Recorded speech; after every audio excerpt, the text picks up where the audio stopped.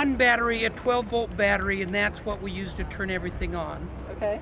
That's what we use. That'll also control our lights, our turn signals, everything.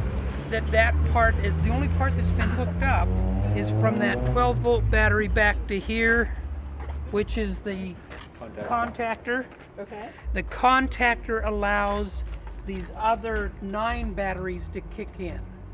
Okay, once they kick in, then it goes through the controller. The power's coming in through here into the controller, and then it goes to the motor. It has access to the motor. There's a throttle box back here, which once we push the gas pedal, then it allows the flow of the electricity, the amps start to flow through there. The amps is what's going to be turning the motor. We have 8 or 9 batteries in here, which has 72 volts. We need as many volts as we can get to turn this motor, because 12 volts just isn't going to turn that big of a motor, and it's not going to push this car. And there's a little switch right here, and you just flip it on, and then you hear a click, and then it's on. And then you put it in gear. So it's on now? Mm-hmm. And you just put it in gear. Can't you hear it run? Yeah, that's a loud motor. So what did you guys do on the car? We painted the fenders with a single stage yellow paint. We had 4 classes involved. The diesel mechanic class is the one that got started first. There it goes, Spy. They were really into it because they had to take out the original motor.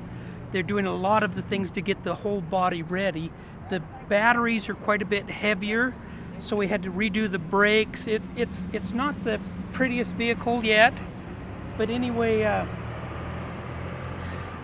the diesel class, then the electrical class, put in the batteries, did the electrical wiring to get the motor running.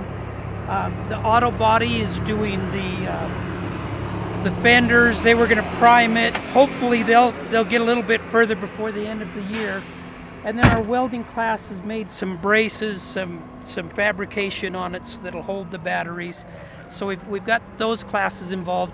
There's also a computer class that we're trying to line up that'll be testing it so we can see how much energy it's actually using.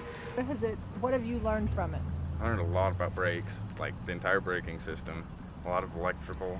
Have you had to use any science involved in this? Oh yeah. In what way?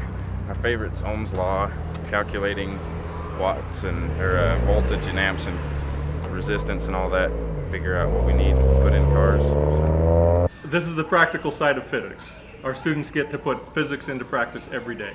They learn the math and the science behind it, and then they go out and do it. This is their daily life from here on out. When they're diesel mechanics, they're turning chemical into motion and turning that into force. Best place to be. Our little VW is completely modular. We can take apart all of the wiring, the batteries, take it all apart so it's just an empty shell again, and then put it all back together for new students each year.